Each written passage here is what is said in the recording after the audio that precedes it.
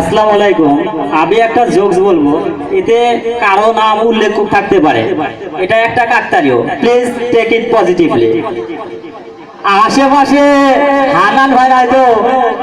না, হানান ভাই আমি বললাম, ভাই আপনার গার্লফ্রেন্ডের হাসিটা আমার দারুণ লাগে। ভাই বলল ধন্যবাদ, কিন্তু কেন? আমি বললাম আপনার গার্লফ্রেন্ড যখন হাসে তখন তার হলুদ দাঁত দেখা যায়, আর হলুদ আমার প্রিয় রং। গতকাল আমার গার্লফ্রেন্ড আইসা আমারে কইলো আমার বান্ধবী পুতুলের বয়ফ্রেন্ড ওর জন্য হাত কাটা নাম লিখছে, তুমি আমার জন্য কি করছো? আমি বললাম আমি তোমার জন্য মুসলমান করছি। হান্নান ভাই আর হান্নান ভাইয়ের গার্লফ্রেন্ডের ভিতরে কথোপকথন চলছে। এক পর্যায়ে হান্নান ভাইয়ের গার্লফ্রেন্ড হান্নান ভাইকে বলছে, জানো বাবু, ছোটবেলায় আমি অনেক দুষ্ট ছিলাম, রাতে একদমই ঘুমাইতাম না। হ্যাঁ, এই জন্যই তো তুমি তোমার বাপ মায়ের একমাত্র মাইয়া। হান্নান ভাই খুবই ক্রিকেট প্রেমী। তিনি বাংলাদেশ যে কোনো ম্যাচ জিতলে বন্ধু বান্ধব নিয়ে পার্টি দেন। তো বাংলাদেশ যখন ইংল্যান্ডকে চ্যাম্পিয়ন ট্রফিতে হারিয়ে সেমিফাইনালে গেল, হান্নান ভাই তার গার্লফ্রেন্ডকে ফোন দিয়ে, হ্যালো জানু, বাংলাদেশ তো খেলায় জিতা গেছে, চলো এই উপলক্ষে আমরা একটা টি-20 ম্যাচ খেলি।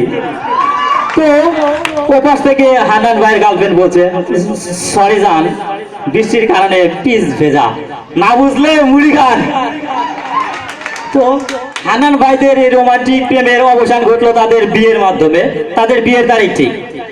তো হান্নান ভাইয়ের গার্লফ্রেন্ডকে তার বান্ধবী জিজ্ঞেস করছে, আচ্ছা দোস্ত, তোর তো আগামীকাল বিয়ে, তো তোর প্রস্তুতি কেমন?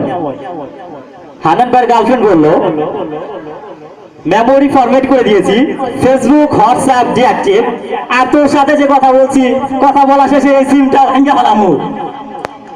তো হান্নান ভাইয়ের বিয়ে কমপ্লিট।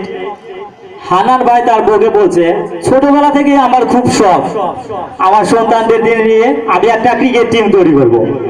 এই কথা শোনার পর হান্নান ভাইয়ের বউ খুবই উদ্বিগ্ন। তিনি কিছুতে বুঝতে পারছেন না এতগুলো সন্তান আসলে কিভাবে নেওয়া সম্ভব। হান্নান ভাইয়ের গার্লফ্রেন্ড পরামর্শের জন্য গেল তার নারীর কাছে, গিয়ে বলছে, আচ্ছা নারী, তোমাকে সময় 10-12টা বাচ্চা হইতো কেমনে? নারী কইলো, আমরা তো আর তখন মতো ফেসবুক লইয়া রাত জায়গায় সময় নষ্ট করতাম না, আমরা কাজের কাম ঠিকই করতাম। তো হান্নান ভাইয়ের সংসার খুব ভালোভাবে চলছিল। হঠাৎ ঈদের শপিং নিয়ে হান্নান ভাই আর হান্নান ভাইয়ের বউয়ের ভিতরে তুমুল ঝগড়া। হান্নান ভাইয়ের বউ বলল, এই ঈদে তুমি যদি আমারে বাহুবালি 2 জামা কিনে দাও, আমি আর এই সংসারে থাকবো না, আমার বাচ্চাগুলা নইয়া আমি বাপের বাড়ি চলে যাবো। হান্নান ভাই বলল, যাইবা যাও, কিন্তু পোলাগুলা নিয়ে যাইবা কেন? পোলাগুলা তো আর তোমার একা না। বাপরে বাপ, কাপ আমার, চিনি আমার, আর 2 ফোঁটা লেবুর রস দিয়া শরবত তোমার। হান্নান ভাই বলল, দেখবো এটিএম মেশিনে এটিএম কার্ড ঢুকালে টাকা বের হয়, তার মানে এই নয় যে ওই টাকার মালিক এটিএম মেশিন। এত যুক্তি দেখানোর পরও হান্নান ভাইয়ের বউ কোনো কথা না শুনে চলে গেল সন্তান নিয়ে বাপের বাড়ি। তখন হান্নান ভাই বেদনার সুরে গাইতে লাগলো, আমার ভালোবাসা হয়ে গেছে ঘাস, ফিরে গেছে গুরু, ফিরে গেছে অচেনা ঘাস, তাই এখন আমি Das. Thanks for supporting me and motivate to perform my best.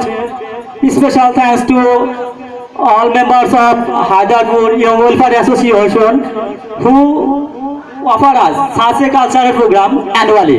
Thank you so much.